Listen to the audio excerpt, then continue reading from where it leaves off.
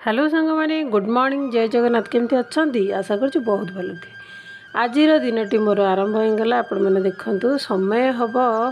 5टा 5:30 पाखापाखि हम तो एमती टी वर्षा टी उठेला भाया कर तो ये मुझे एक्सरसाइज करदेली सब घर कम सारे टी एक्सरसाइज मुझे आज टी लेट्रे कली संडे जेहेतु थिला तो ये कम आज किसी वीडियो मु खास से करनी कहीं आज बहुत दिन टी मोर बिजी बिजी कटी आउ तो वीडियो करने मत ही टाइम नाला तो ये अंडा झोल कर माछ आनी था कि राति की आमर गेस्ट आसपे मुझे माछ आने जो माछ टी थी अंडा झोल टी मुझे करदेली पे डाली तो होती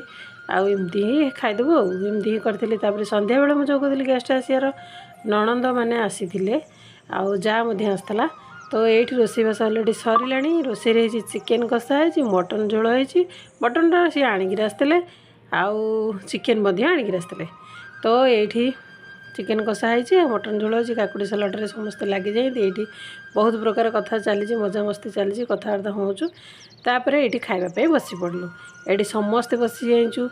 आउ सेपटे से जहाँ कहला मुझे खाइबिनी मत भल लगुनि आइस सी साधा 2 जन खाऊँ